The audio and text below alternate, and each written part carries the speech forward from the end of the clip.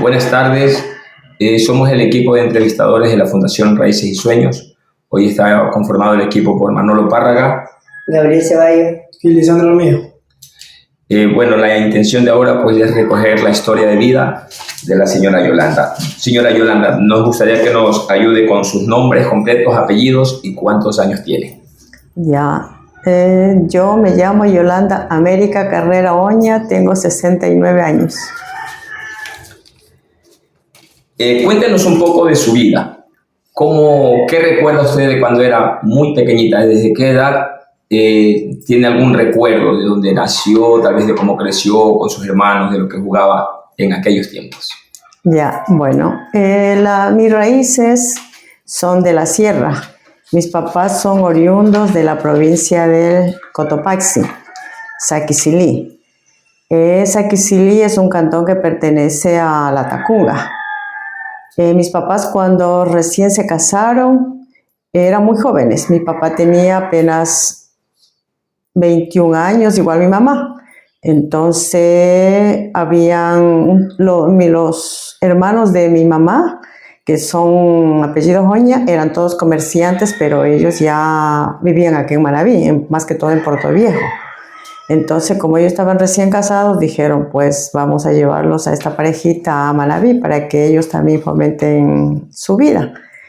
Bueno, pasó un año, yo nací en La Tacunga, que queda 10 minutos de Saquicilí.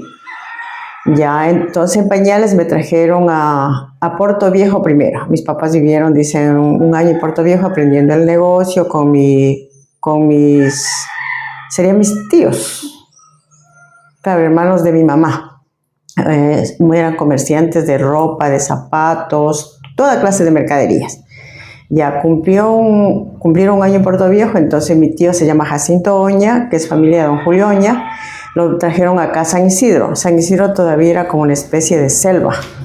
Ellos vinieron, me imagino que a caballo debe haber sido, porque casi no debe haber habido transporte, eso no sé muy bien. Entonces los ubicaron, arrendaron unas casitas que sería aquí en el pueblo y de ahí se instalaron. Les armaron una especie de carpitas como puestos y ahí comenzaron el negocio mis papás. Bueno, a medida que fueron pasando los años, yo como soy la primera hija cumplí, aquí me pusieron en escuela, primer grado y segundo grado. Ya, entonces, como no había buena educación, mis papás me mandaron a la sierra. Ya, fui la primera que deserté a la sierra. Pasaron los años, mandaron a mi otro hermano, a Omar, y luego a Edgar. 3 nos fuimos a la sierra, pequeñitos, a donde mis abuelos. Ya, solamente nos traían acá una vez al año.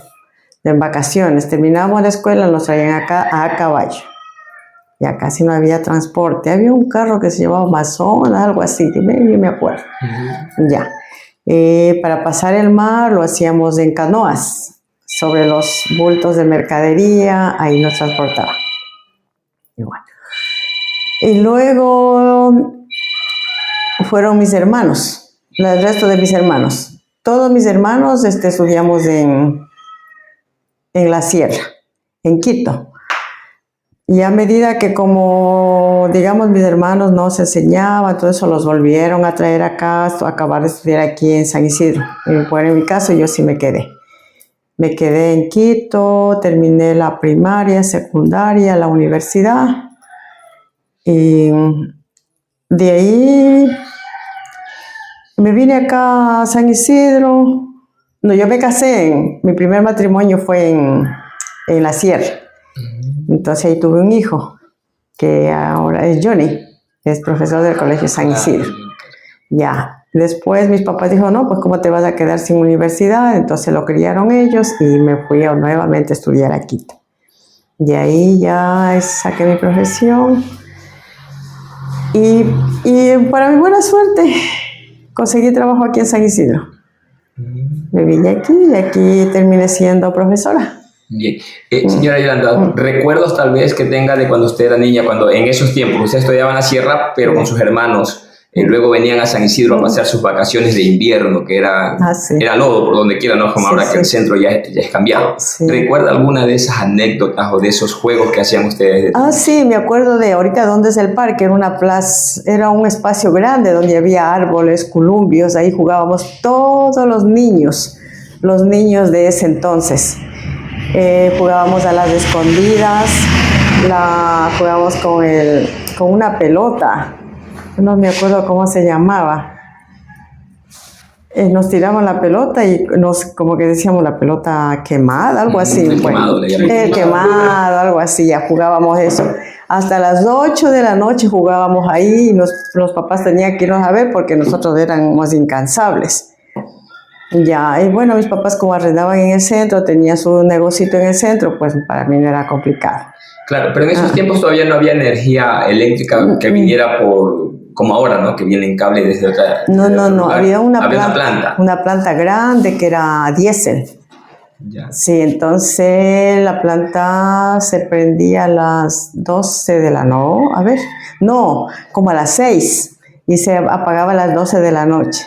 Sí, no había... Mis papás tenían linternas era Petromax, a base de gasolina. Entonces ellos colgaban ahí las Petromax, ahí vendían sus mercaderías, porque no era nada peligroso, todo era sano antes. Entonces, así fueron fomentando su negocio. Hasta que toda esa era nuestra temporada de vacaciones. Luego volvían a la sierra. Volvíamos a la sierra, pero era lo más hermoso cuando veníamos acá a Manabí, vacaciones, nos llevaban a las fincas a coger naranjas, mangos, a los ríos. Antes había pescado y el río tenía más agua. Íbamos a pescar, a bañarnos en el río, porque no había agua entubada. Ya, y me acuerdo que mis papás compraban agua en unos barriles de madera, en unos burritos vendía un viejito, no me acuerdo. Comprábamos esa agua para beber, para cocinar y beber. Agua de pozo. Me imagino que debe haber sido de pozo. Y nosotros nos íbamos al río a bañarnos. Después de mucho tiempo ya vino la energía eléctrica, pero eso fue como en el 1983,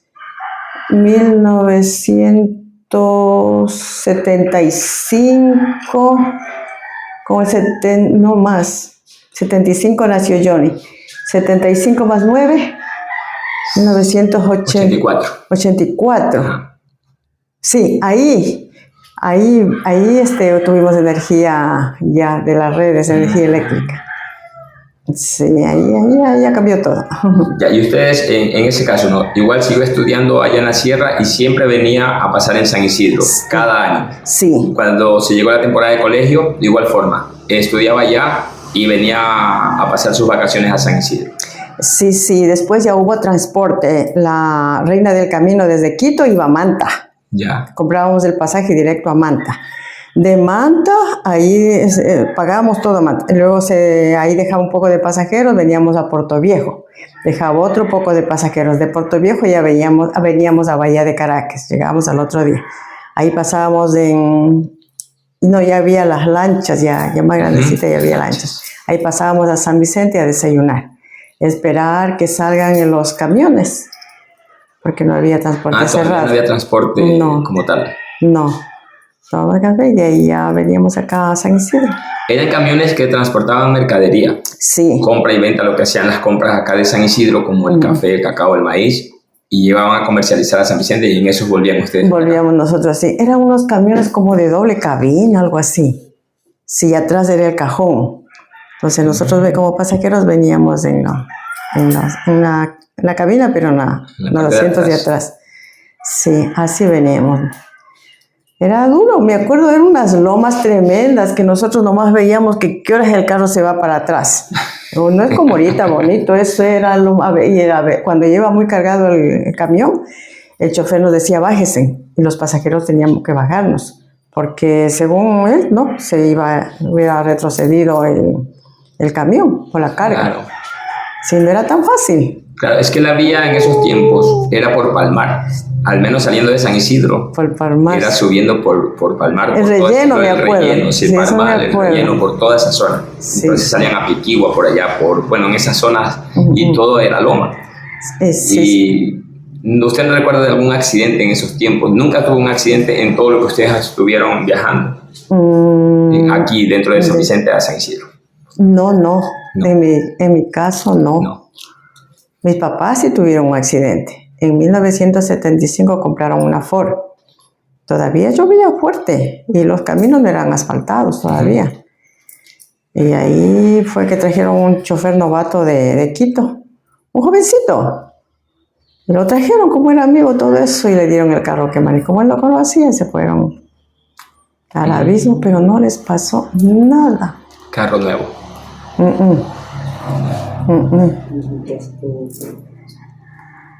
Ya, de ahí de niño, cuando estaban acá en San Isidro, en caso de que se enfermaran ustedes, ¿se curaban, las llevaban a algún centro médico o utilizaban la medicina natural?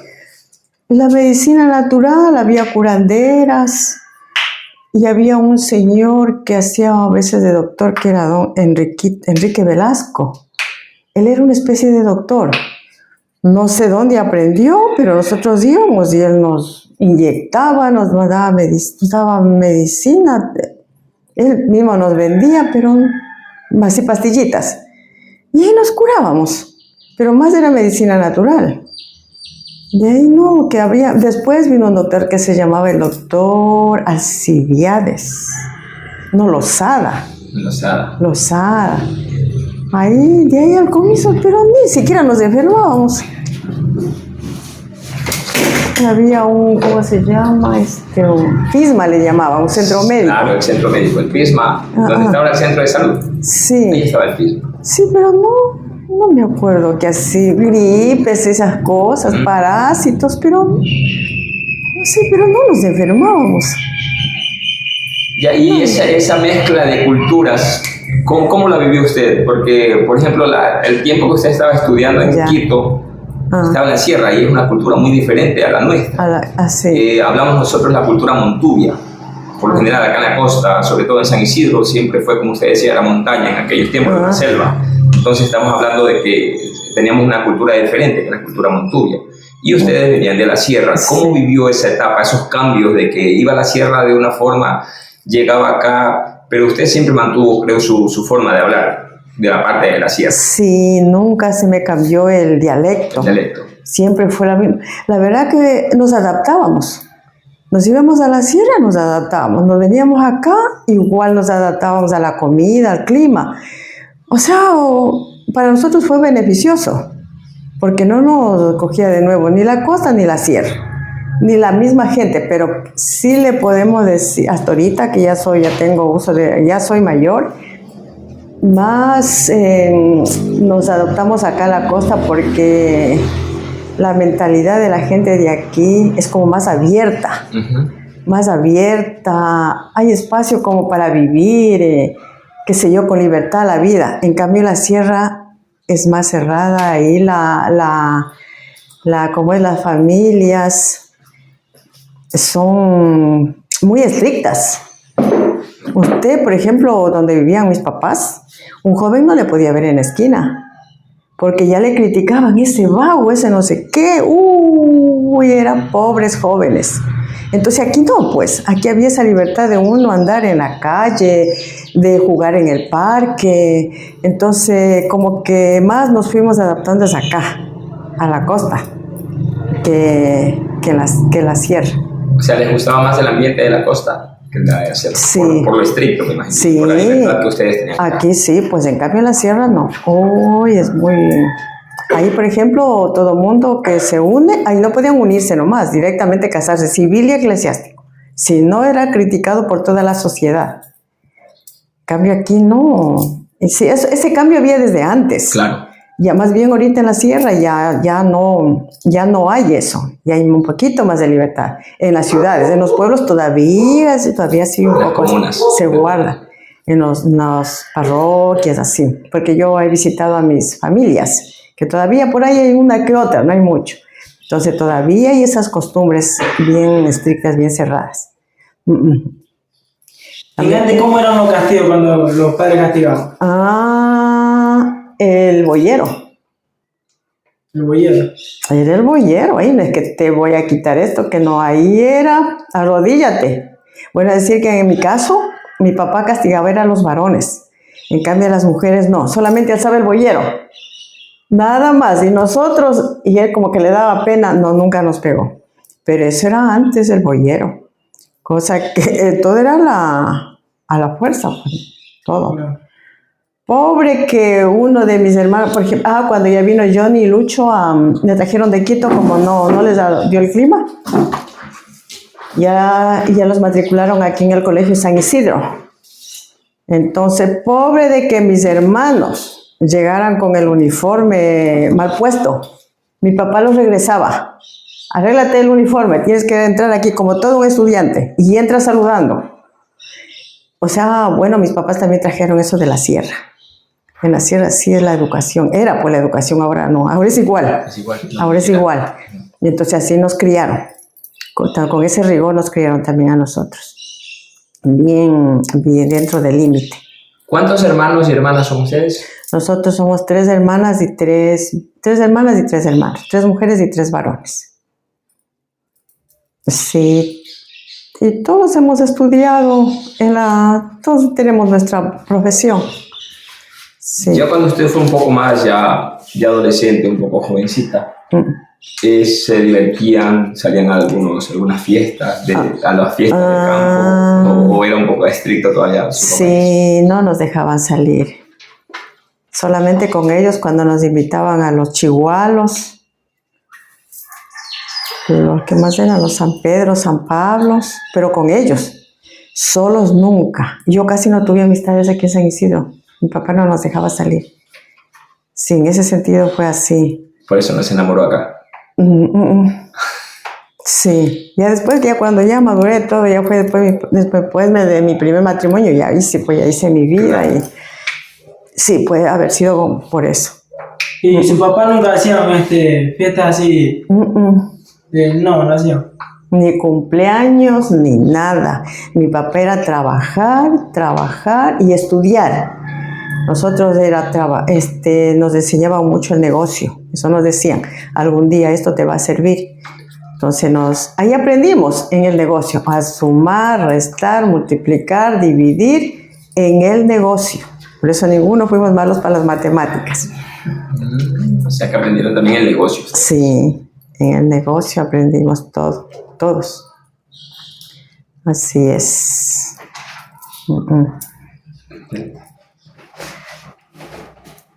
Saliendo del tema de allá, usted dice que se casó, ¿cuántos años tiene de casar? ¿O ya no sigue con la misma pareja? A ver, yo, ahorita. Sí. ¿Es la misma con la que se casó primero? No, yo me divorcié. Me casé, por eso a mis chicos siempre yo les decía, chicos, si tienen novios, cuídense, por favor, porque yo sé que las hormonas piden cuando son adolescentes, cuídense. Yo siempre, como fui maestra, era cuídense, no se embaracen, acordando a mi pasado, porque yo me casé a los 17, mis papás tuvieron que firmar, y me divorcié como a los 21 más o menos, y ahí me fui a la universidad. Ya, ahí nace Johnny. Johnny, pues. Después ya con José me casé cuando yo tenía 34 años. Ya me gradué de la universidad, todo eso. Sí, ahí me casé. ¿Y cuándo se conocieron? Cada vez que venía de vacaciones, ahí sí, como ya era madurita, ya salía a los bailes, pues. Ya por ahí ya tenía que otro amigo, ahí lo conocí a José en los bailes, porque a mí me encantaba bailar, y a él también. Ahí nos conocimos, él tenía la misma edad, casi 33, yo 34, yo soy un poquito mayor. Ahí nos conocimos, con él ya llevamos 35 años de casados. ¿Y a quién le pidió permiso o se escaparon? Eso fue otra historia. Verá, y les voy a decir, mi papá no quería que yo me comprometa con una persona de la costa. No quería a mi papá, no sé por qué, pero él quería que yo me comprometa. Pero después de lo que a mí me pasó con la experiencia de este señor, que era licenciado, preparado todo y me fue mal, yo dije, con uno de la sierra, yo no vuelvo, ni así me paguen. No vuelvo a caer. No vuelvo a caer porque son fregadísimos. No vuelvo a caer ya. Bueno, entonces nos casamos calladito, pero con José ya teníamos como 4 años de conocernos. Cada vez que veníamos de vacaciones, ya como 3 años más o menos de que ya salíamos a los bailes, salíamos por ahí a pasearnos. Como bueno, ya mi papá ya como que aflojó un poco. Como mi papá ni así aceptaba que yo me casara aquí. Y nos casamos calladito. Hablamos con una hermana de él que se iba de testigo, hablamos con el Torito, que era del jefe del registro civil, ya que nos vamos de noche, como que yo me voy a pasear al parque. Y luego nos encerramos ahí, cerraron las puertas y ahí sí, toda la ceremonia, y ahí firmamos y todo, y ya llegué a mi casa como que sin nada. Después ya mi papá se enteró. No se enteró, se fue a la sierra, no sé qué cosa tenía que hacer. Y yo ni tonta, pues esperé que mi papá antes que venga, saqué mis cosas y ahí con José ya nos abrimos a donde mi suegra. De ahí fuimos a vivir donde ya saqué lo que más podía. Y ahí mi papá no me hablaba. Siquiera mi papá no me habló como 1 año o más. Sí. Pero nunca le dijo usted que se había casado. Solamente se unieron y él no pensó que ya estaban casados. No, después le dije yo, después, pero igual, él no aceptaba. Es que no quería que yo me quede aquí con la gente de la costa. Él no quería, él era opuestísimo que yo me una con, no sé por qué tenía en la cabeza a mi papá. Y ya haciendo él un poco la vida de él, acá su negocio y todo, y aún así no quería que nos mezclemos aquí con la gente de la costa. No y no. Pero en cambio ya tuve esa experiencia mala. Claro. Que me salió malo. Ya, y cuéntenos un poco la experiencia de esto, de haberse casado con una persona de la costa. En el caso, su esposo, con don José. ¿Cómo le ha ido en el matrimonio? ¿Cuántos hijos han procreado? ¿Cómo han desarrollado ya su vida aquí en San Isidro? Ya. Una vez que yo lo conocí a José, como que nos comprendimos en todo sentido. Y nos gustaba salir, convivir con la gente. Ya, entonces yo me sentía bien comparando con mi experiencia anterior. Tuvimos un negocio en Piquigua, nos fue súper bien. Ya tuvimos una sola hija, no puede tener más. Es Yoli María. De ahí conseguí trabajo en el colegio de Piquigua. Luego vino el terremoto. Después me fui a trabajar, me salió el nombramiento, todavía no solamente tenía contrato en el colegio de Piquigua. Luego me salió el nombramiento en el colegio San Vicente, ahí trabajé un poquito más de 1 año. Vino el terremoto y ya pedí el pase para acá. Pero con José sí nos hemos comprendido para vivir tantos años. Y sí somos casi, digamos, compaginamos en la manera de ser, en la manera de pensar. Entonces, por eso es que duramos hasta ahora. Sí, yo creo que eso es uno de los puntos principales en una pareja. Sí, comprenderse. Comprenderse en los pensamientos, porque si uno piensa de una forma o de la otra, ahí viene la contrariedad y todo. Sí, todo se va el convivir diario más que todo. Entonces, con la otra persona no, pues, porque no, celoso, que no le gustaba salir, que no converse con tal persona, con esto, y no, pues un ser humano tiene que socializarse con el resto, pues. Entonces, aquí en la costa no es así. Claro. No es así. Entonces, por eso con José estamos hasta ahora. ¿Cuántos hermanos de ustedes se quedaron acá en San Isidro? Ya, aquí en San Isidro, Luis, que es el último hermano. Johnny, bueno, es mi hijo, pero sale como que fuera hermano, porque le crió mi papá desde que tuvo 2 años más o menos, le crió mi papá. A ver, solamente Luis y yo, 2 hermanos. Sí, el resto en Quito. Se casaron con gente de allá, de gente de la sierra. ¿Cuántos años tiene viviendo aquí en San Isidro?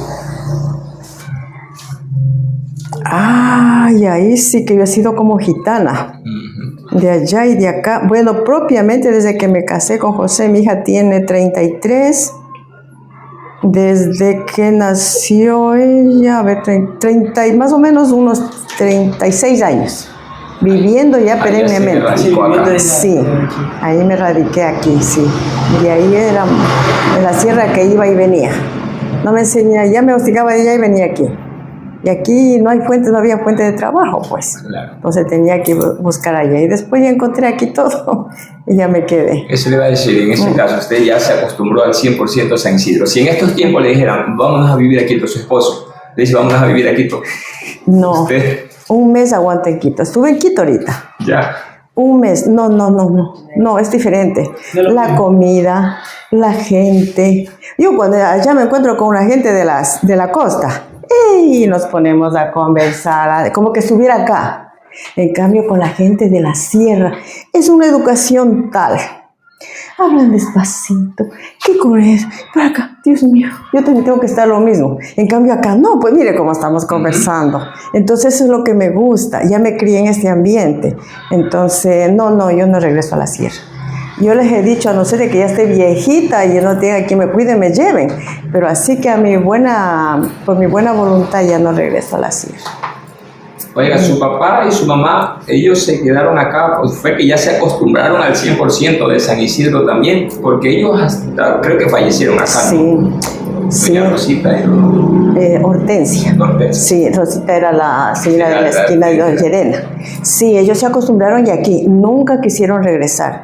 Compraron propiedades, trabajaban, compraban propiedades en la sierra. Pero ahí quedaban botadas. Después ya vendieron, mi papá dijo, mi mamá también, que ellos si fallecen, que lo entierren aquí, a la sierra no van. Ya se acostumbraron aquí, a todo. Entonces, aquí los enterramos, aquí viven ellos. Sí, yo creo que ellos también hicieron tantas amistades aquí en San Isidro que por eso mismo no se quisieron ir. Porque no solamente amistades, sino que sus clientes. Su gente, ya.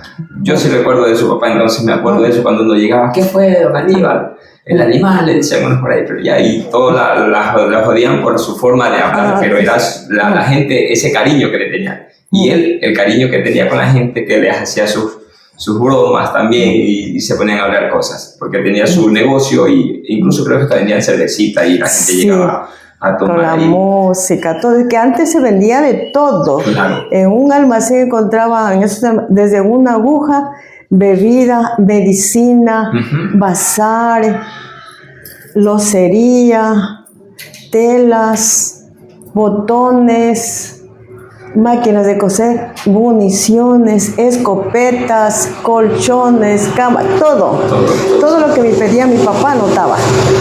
Iba a hacer compras y eso traía. Todo, eran los primeros comerciantes.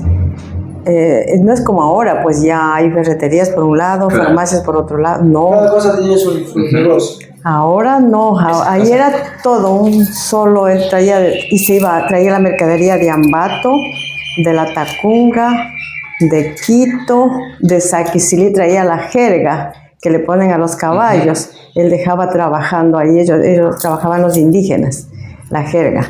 Y eso de allá venía, no sé cómo mi papá se ingeniaba, pero eran bultos enormes hasta Bahía. Y de Bahía cruzaban en esas canoas enormes, nosotros encima de las canoas, que no me daba miedo. Después ya me dio miedo a pasar en las pangas. Encima de los bultos los traían. Bueno, y ahí llegábamos con todos esos bultos, ahí contrataban el carro para traerlo acá. Ahí que viajábamos en esos carros grandes. Yo no sé mi papá cómo es que... Y en invierno, toditos esos bultos venían a caballo. ¿Cómo es que se llamaban? Arrias. Las arrias. Eso, venían ahí mi papá y los trabajadores, dice que venían a pie y los animales cargaditos de bultos, de las cervezas, de quintales de arroz, porque también vendían también abarrotes. Ya todo. El querosín. Querosín tenía por tanques. Bueno, gasolina nunca vendió. Querosín. Era lo que más se vendía acá. La gasolina era muy poco porque casi no había motos, no habían cosas que lo utilizaran. En cambio, el querosín lo utilizaban para las lámparas, para la gente del campo. El campo. Siempre se utilizó, y hasta las neveras eran a querosín. Sí. Yo pienso que los comerciantes fueron los pioneros para que desarrolle el pueblo San Isidro como está. Y eso, por ejemplo, se asociaba con alguien para traer los productos para hacer compra afuera. Por ejemplo, acá en San Isidro me acuerdo que estaba don Llerena, Víctor Manuel Llerena, y estaba don Julio Oña y Luis Aníbal, que eran las tres tiendas que le llamaban las tiendas de las personas de la sierra, los serranos. Los serranos, sí. Las tres, porque de ahí hay otras, por ejemplo, de don Sergio, lo de don Cueva, pero eran los Intriago, pero eran otros comercios, eran casas comerciales. Claro. Acá, en cambio, eran almacenes donde tenían de todo. Ya ellos creo que compraban y vendían productos, ¿no? Claro. Mi papá eso nunca aprendió. No, solos, trabajaban individualmente. ¿Cada quién? Mi papá, mire, traía de Ambato, de las fábricas de Ambato, traían los bultos de tela. Las cajas de zapatos, eran unas cajas de madera enormes. Y eso cargaban las mulas. Para los San Pablos traía. Llegaban las cajas de zapato, ya los clientes, era como pan caliente. Llegaba una persona, abrían las cajas, cogían y se calzaban. Queden como les quede. Ya, don Aníbal, ¿cuánto es? Tanto. Era un pan caliente. Y así mi papá hizo fortuna. Sí, mi papá se hizo fortuna. Es que así se vendía, es que era novedad para la gente, traer telas brillosas, telas de seda. Eso traía, de todo traía de Ambato. Más de Ambato que de Quito. Y ya la gente ni siquiera estaba como ahora, se está midiendo. No, esta me gusta de esto me gusta de... Se acabó la mercadería. Claro, es que casi no traían, como en estos tiempos, todo viene confeccionado. En esos tiempos todo era para confeccionar, o sea, venía en tela, todo venía en tela y cada quien se confeccionaba su ropa a su gusto. En cambio ahora ya viene todo listo y la gente se mide a ver si le queda y todo. Claro, y el producto era como novedoso, porque traían de lejos pues lo que estaba de moda, y venir acá era montaña, pues, claro. Una montaña virgen, casi virgen todavía. Entonces veían todo eso, la moda. O sea, la gente de la sierra introducía la moda en telas, en confecciones, en zapatos, en todo. Ya, yéndonos un poquito a la parte de religión, ¿cómo vivió su religiosidad? Para eso le va a hacer una pregunta acá. Son dos preguntas. Dice, ¿usted tiene alguna religión y cuál religión quiere? Ya, yo desde niña fui bautizada como católica. Ya mis hermanos también, mis papás también. Pero aquí mi papá tomaba mucho. A son de que tenía dinero. Entonces las mujeres, él le encantaba cantar, tenía una hermosa voz, la guitarra, todo eso. Entonces las mujeres, la plata, él derrochaba todo. Mi papá tomaba, creo que pasaba sobrio 4 días a la semana, tomaba mucho. Y como ya vinieron los testigos de Jehová, comenzaron ya a conquistar a la gente, todo eso. Mi mamá era católica hasta decir basta. Pero a mi papá también lo enamoraron ellos, y como que a mi papá le gustó, y como que ya comenzaba a apartarse del trago, de eso. Entonces mi mamá se convirtió en testiga de Jehová, ella sí se bautizó. Mi papá, en cambio, no solo asistía, no se bautizó, pero sí le sirvió para que mi papá abandone el trago. Mi papá sí dejó totalmente el trago, pero no se bautizó, porque le daba vergüenza ir a predicar, porque decía yo, borracho, todo eso que era antes y todo en la calle, y verme como maletín predicando la palabra de Dios le daba vergüenza. Pero él sí estudiaba la Biblia, mucho aprendió. Entonces mis papás, a la cuenta, murieron bajo la religión de los testigos de Jehová. Incluso cuando murieron no les llevamos a la iglesia, porque ellos dijeron así. Sí, dentro de la religión de los testigos de Jehová. Nosotros somos católicos, el resto. Eso, usted no siguió la religión de su mamá, de su papá. No. Nosotros, ¿Ninguno? No. Todos somos católicos. Bien. Ahora, ¿cuál es la importancia de Dios en su vida? Ya, la importancia de Dios, más que ya. Como todos los seres humanos tenemos un santo de nuestra devoción, la Virgen, San Pablo, ya. Para mí es Jesús. No sé, le tengo una fe, claro, Jehová es el Padre, no, lo más grande, pero me da la impresión de que yo no soy digna de invocar al Padre. Y entonces yo soy, digamos, creyente en Jesús, en el Hijo. Y la verdad que tengo tanta fe que todo lo que le pido se me cumple. Mi fe será tan grande hacia Jesús que se me cumple. Bien. ¿Usted aprendió a rezar? ¿Aprendió el Padre Nuestro, el Ave María? Sí. ¿Por medio de quién lo aprendió? Si ya su papá y su mamá. Su mamá en esos tiempos, cuando era pequeña, sí era católica, dice. Ya, claro. ¿Aprendió con ella? Claro. Los 5 de la mañana nos hacían levantar para estar 6 de la mañana en iglesia. Y ve, y pobre que mires a ver, o que comiences a molestar, peñiscones, sí. Llegaba a Quito a las 6 de la mañana a San Francisco, a la iglesia, a comulgar, confesar y comulgar. Sí, mi mamá fue bien católica. Si no es que, ya le digo, por mi papá, para ayudarlo a él, se convirtió. Sí. Bien. Ahora, ¿cuál es la importancia de la Virgen en la vida de los Montuyos y de las Montuyas? La Virgen. Bueno, ya yo creo en la Virgen poco, pero lo que pasa que influye... bueno, lo que me olvidé decirle que yo me eduqué en un colegio católico, la escuela, toda la escuela la hice en escuela la primaria la hice en escuela de monjas. Ya, entonces eso también me ayudó bastante. Ya, para aprender. Y sí, en ese entonces mucho influía también, hay que tener fe en la Virgen. Pero cuando uno ya va siendo más mayorcita, ya como que uno va inclinando la fe por donde más le conviene.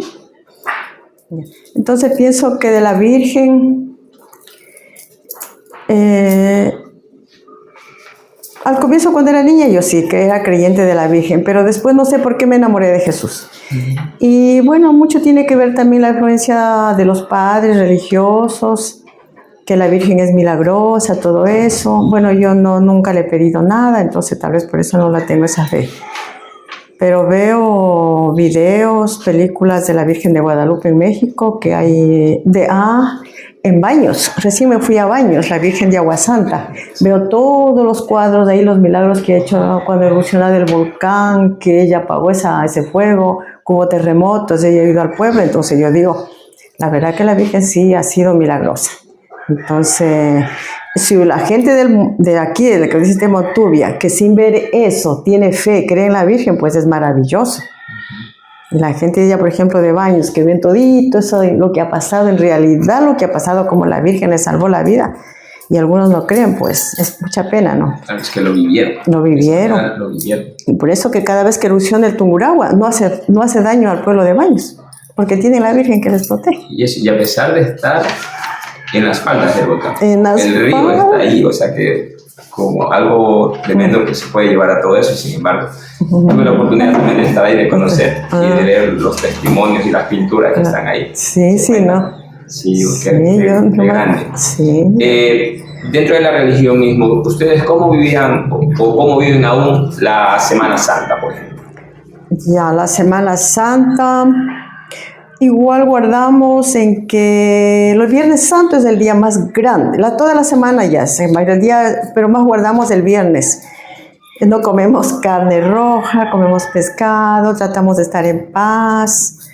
Y si hay como, nos vamos a la misa, porque como vivo así lejos, no hay montón, pero sí lo guardamos en el corazón. Guardamos en el corazón de que sí es un día grande, que hay que recordar la crucifixión de Jesús. Si no, no nos olvidamos de eso. Yo al menos no me olvido. Yo no me olvido de eso. Es bueno que la Semana Santa igual se manifiesta en todas las religiones. O sea, en todas las religiones hablan de esta fecha en especial. Pues, sí, los testigos en otra fecha, pero igual la conmemora. Claro, la conmemora. Sí. En este mismo punto, la Navidad, ¿cómo la vivieron ustedes cuando eran niños? ¿O cómo la viven en la actualidad las Navidades? Ay, sí, que no tuvimos nada. Nosotros, mi papá solo era trabajar, trabajar y trabajar. Nunca un arbolito de Navidad, unas luces, no le digo que ni cumpleaños ni nada, ni fiestas, porque ellos abrían el negocio 6 de la mañana y cuando eran las fiestas de San Isidro, todos cerraban 11 de la noche, 12 vendiendo bebida, todos. Nunca, pero ya después, pero en el corazón guardamos de que es el nacimiento de Jesús, sí a la iglesia, sí, mamá sí nos llevaba a la iglesia, un solo día, no sé cómo sacaba tiempito. Ya parece que era justo la Nochebuena, la misa del gallo. Ya, nada más, ahí se acabó. Regalos, cenas. Nada de eso. Nada de eso en ese entonces. No, nosotros no disfrutamos de eso. ¿Y en la actualidad usted con sus hijos o nietos, con su esposo? Sí, ahora sí. Nos reunimos donde Johnny, colaboramos para que la cena, y si hay como ahí nos tomamos un vinito, bailamos o solo conversamos. Pero sí, ahora sí. Ya la vive diferente. Sí, es que Johnny ya es de otra época, pues. Entonces él ya Y él sí no se une. Yo creo que, bueno, esta pregunta le hago. ¿Usted se considera de la sierra, de la costa, se considera Montubia? ¿Qué se considera usted en lo suyo? Créame que, mira, si le digo que soy de la sierra, no soy totalmente de la sierra, porque mis costumbres, mi personalidad es de acá de la costa. Si le digo, por ejemplo, aquí en la costa, que yo soy costeña, yo digo, me van a decir, no, pues usted no nació aquí. Claro. Entonces, yo lo que digo, nací en la sierra, pero he vivido en la costa. Mitad de allá y mitad de aquí. Me adapto allá, me adapto aquí. Como toda la comida de allá y como todo lo de acá. Bueno. Me adapto con la gente de allá. O sea, yo conozco todo, costa y sierra. Y privilegiada, diría yo. No me coge de nuevo nada, ¿sí? No humillo ni me crezco ante nadie. Más bien me nivelo. Ahí estoy al nivel. Y de la juventud ni sé qué diga, ni que diga de los jovencitos. Como yo eduqué a los adolescentes, ni que se diga esos niños. Extraño mucho. Yo no me hice problema con los jovencitos. Una pregunta. ¿Su papá tenía un altar en la casa? ¿Perdón? ¿Mi papá? ¿Sus papás tenían altar en su casa? Sí, mi mamá. Mi mamá tenía no sé cuántas veces las gallinas, como se criaban gallinas en el patio, de un patio grande, le iban a poner huevos ahí en el altar y le incendiaban. La vela no se apagaba nunca. Ella todos los días su velita, antes de que se haga testiga. Ya, le incendiaban el altar y ella borrió de nuevo, tenía la Virgen, Jesús, los crucifijos, tenía el niño Dios, ya una vez que ya se hizo testiga de Jehová, regaló todito, creo que los quemó, porque así le dijeron los testigos, que queme, y regaló el Dios, no sé a quién regaló un niño Dios, tenía un hermoso niño Dios, ahí sí ya se acabó el altar. Yo sí no tengo altar. No me gusta. Ahí como que me ofrecían un poquito los testigos. Yo nomás de corazón, de mi pensamiento, lo adoro a Jesús, la Virgen también, mucho respeto al Padre, pero no me gusta adorar las imágenes. Sin idolatría a nadie. Sí, eso sí, no sé. No me nace.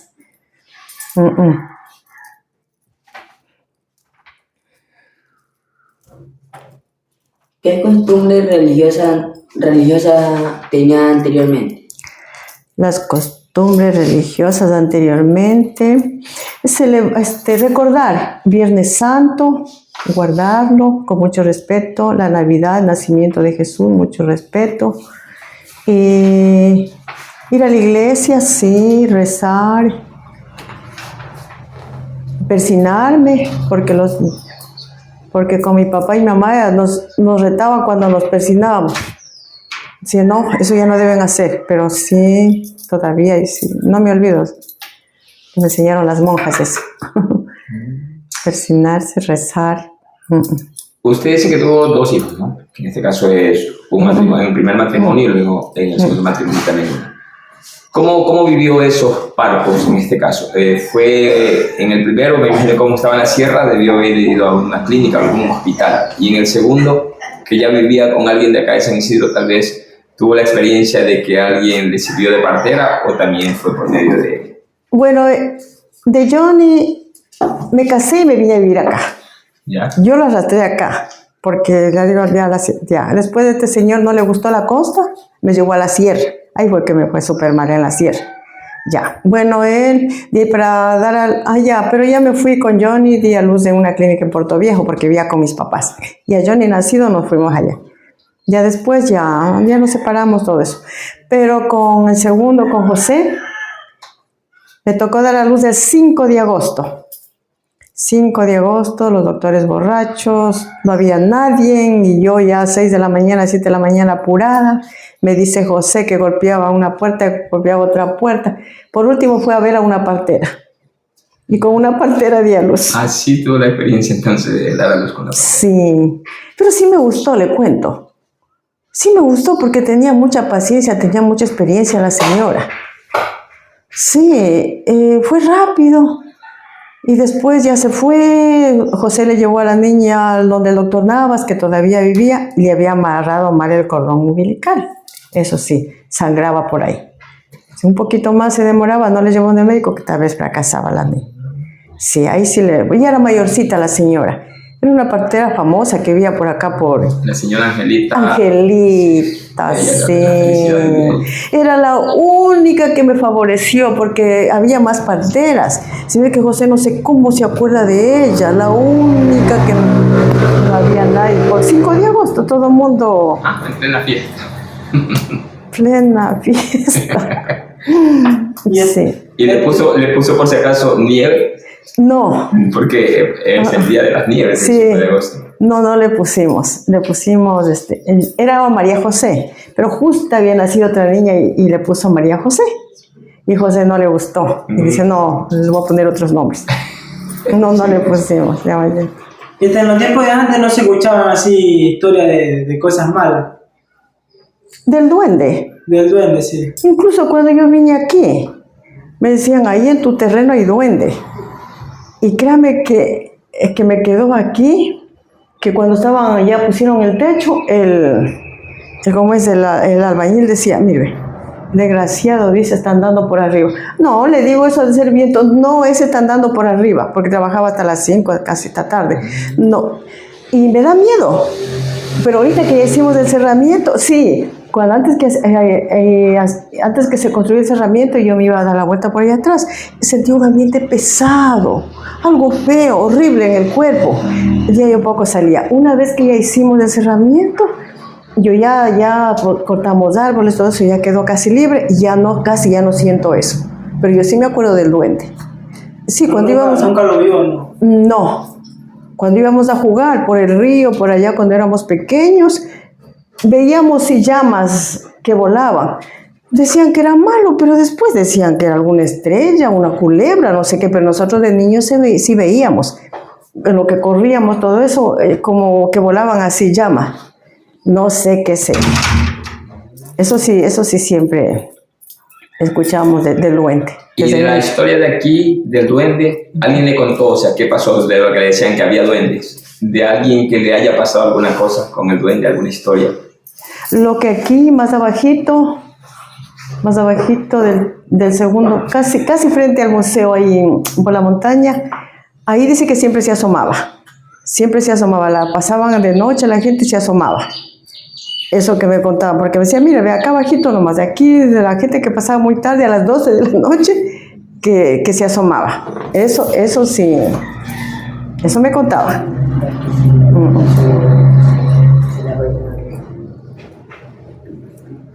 ¿Y a usted alguna vez se le ha presentado algún espíritu? No, porque anulado de mi mente. No, nomás que el miedo que me quedó del duende y que el Señor decía que andaba por arriba y el cuerpo que lo sentía acá pesado, pero yo lo anulo de mi mente. Digo, no, eso no existe. Porque me quedo sola y a veces José se va y me muero. Claro. ¿Y qué significa la muerte para usted? La muerte para mí. La muerte para mí es, digamos, biológicamente hablando, la vida es reproducirse, nacer A ver, reproducirse, nacer, procrear, morir. O sea, es una etapa que debemos pasar todo ser humano, es una etapa normal de la vida. Así la veo yo. Naces, creces, te reproduces. Sí, y así, ahí tiene que venir otra generación como ustedes. Si yo vivo los 200 años y ustedes no les doy chance para que hagan lo mismo que hice yo, entonces yo lo tomo como una etapa natural. Lo único que le pido a mi Dios es que me dé una vejez sana, saludable, que no quiero sufrir en la vejez.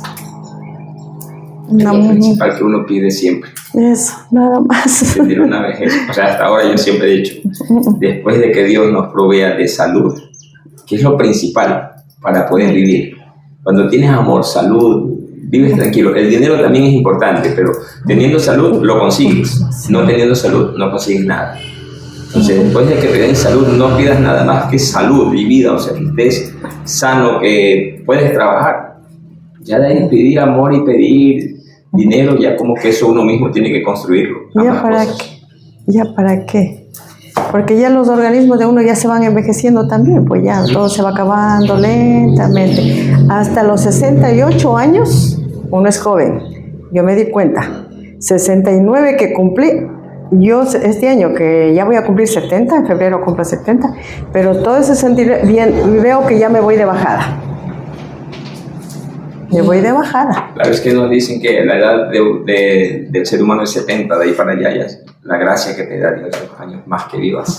Y creo que eso sí es verdad. Por eso, chicos, aprovechen su juventud. No desperdicien un minuto de su vida. Les habla la voz de la experiencia. Bien. Yo ¿Y como- usted, no, sí se sabe algún verso o algo así? ¿Me puede decir uno? Algún amor fino, tal vez. Sí. Don José le enamoró tal vez con algún amor fino. No, a mí me enamoró con el baile. Me encanta es el baile. Tal vez porque Ya. mi papá fue música, yo no heredé la voz. Pero el baile sí, la música, que aquí esa grabadora no permanece en silencio. Ahorita porque están ustedes. Ahí bajito sí, pero la música no me sé versos. No me sé ni un verso. La música me encanta escucharla, bailar, me encanta bailar. Claro, es que parece que usted, como nos contaba, pues no compartió mucho en ir de baile en baile como ahora la juventud. Nosotros todavía, a la edad que tenemos igual, nos vamos a una fiesta y ahí hay los chigualos, o todavía nos dicen un poco de verso y algo te aprendes. Claro. En los tiempos aquellos que se hacían los juegos de ronda, y ahí era donde más se conocían por los Claro. enamoraditos. En cambio ahora, bueno, ya se perdió esa tradición y tratamos por medio de la fundación todavía mantener viva esa Sí, esa eso chispa. es bueno, para que la juventud vaya, digamos, ahí culturizándose, socializando, aprendiendo y que no se olviden nunca pues de sus raíces. Sí. ¿Y usted qué piensa de la muerte? Ajá. De la muerte ya natural, algo natural, que todos vamos a pasar por eso, desaparecer. ¿Usted recuerda tal vez cómo prepararon alguna vez a alguien que falleció? ¿Tuvo esa experiencia de ver cómo lo preparaban, o sea, después de muerto, al cuerpo para ya poderlo mantener varios días? Porque anteriormente los velaban 2 y 3 días y no le ponían tantas cosas más que... Lo único que me tocó ver es que les ponen formol por las venas antes de que se enfríe el cuerpo. Y de ahí, eso, de esa manera nada más. Les corrió el agua. Pase. Formol, de ahí Santiago. Bueno, ¿y usted qué piensa de cuál sería la función de la mujer en el hogar? Ya, la función de la mujer. Nosotros somos un pilar fundamental en el hogar. Dice que atrás de un hombre importante siempre hay una mujer sabia. Por ejemplo, en mi caso, nosotros para hacer alguna cosa conversamos. Si no me gusta lo que va a hacer, no, le digo, no está bien. Hagamos de tal manera. Ya, porque nosotros no estamos solos, ni él ni yo. Entonces, yo pienso que si una mujer es el pilar fundamental en un hogar, la familia marcha bien, porque por lo general el hombre sale a trabajar, como quien dice, a buscar la vida y sustento para la familia, pero la mujer queda. ¿Y quién se carga de la educación de los hijos? La mujer, ¿no? Pero ¿qué es lo que pasa ahora? Como la vida se ha puesto tan dura, la situación económica tan difícil, tienen que trabajar padre y madre.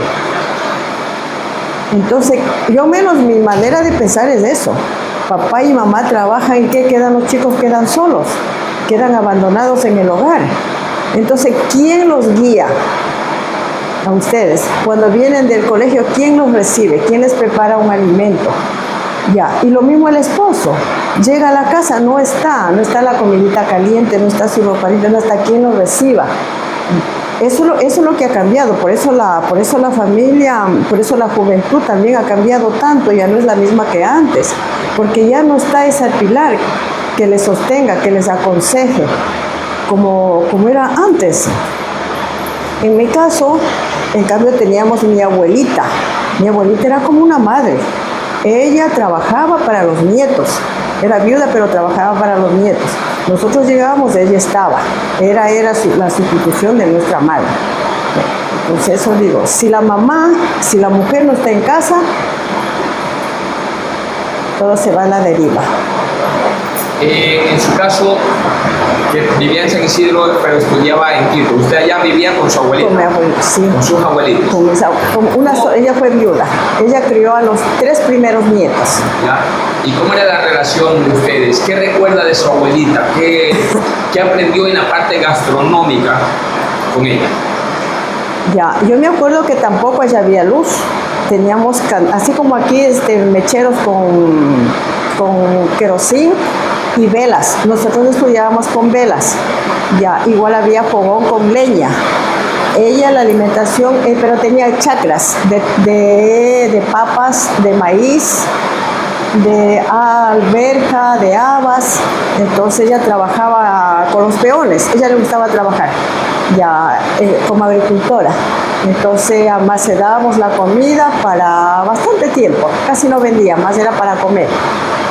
Ella preparaba el alimento a base de puro maíz, gallina, papas, todo lo que cosechábamos. Criaban cerdos para comer, así como aquí. Ya la alimentación era muy buena. En la calle nosotros no comíamos casi nunca. Y ella vendía también fruta. Entonces, la alimentación era también a base de frutas. Ella trabajaba para nosotros, como vivíamos tan distante, mi papá no nos podía mandar dinero de acá, nada, vivíamos aislados. Entonces ella nos mantenía, ella trabajaba para mantenernos a los 3 primeros, los mayores. Después que nos fuimos a Quito ya fueron los otros menores, pero nosotros vivimos en Saquisilí con mi abuelita. O sea, yo me crié en la vida del campo, por eso es que me gusta el campo. Del niño, como eran 2 varones, los varones tenían caucheras para matar los pajaritos. A mí también me hacían una cauchera, íbamos a matar los pajaritos. Ya, jugaba yo bolichas con ellos, jugaba los carritos, me aprendí a subirme a los árboles a comer capulí, como que fuera un varón. Me crié con ellos. Como eran los varones, pues y eran 2. Y con ellos hacía lo mismo que ellos hacían. Después ya nos llevaron aquí. Y algo que aprendió con ella de la gastronomía, de cocinar, y que todavía lo prepara usted, por ejemplo. Algo que haya aprendido y que se quedó con ese, grabado. Que tanto le gustaba a esa abuelita, que yo voy a hacer, a ver si me queda como lo de mi abuelita, o por lo menos similar a lo de mi abuelita. Ya, yo me acuerdo siempre que el tiempo de cosecha eran cocinábamos maíz, choclo, cocinábamos unas papas enormes, unas habas, fritada, queso que se preparaba ahí mismo. Y eso sí siempre me acuerdo. Y eso es fácil hacer y nunca me olvido. En época de cosecha. Compramos los choclos, el queso, fritada, todo eso. Aún lo prepara. Sí, eso sí.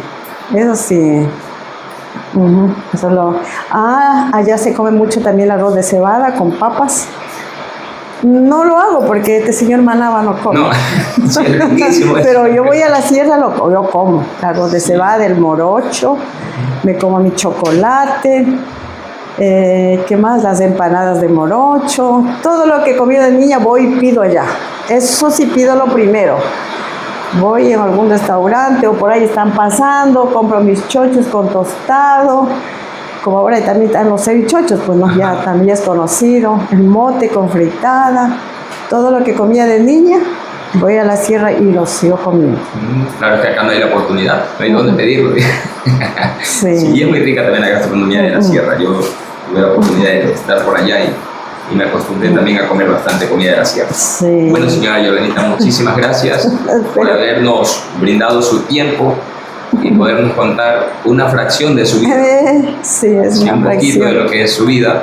Así que le agradecemos, quienes hacemos el equipo de entrevistadores, pues le quedamos totalmente agradecidos. Sabemos que este material quedará en la historia, grabado siempre, va a estar dentro de la fundación para que después hablemos de unos 30 años o 20 años más, que usted se quiera ver esta entrevista, pues, la podrá ver dentro de la fundación. Así que muchísimas gracias, muy agradecido.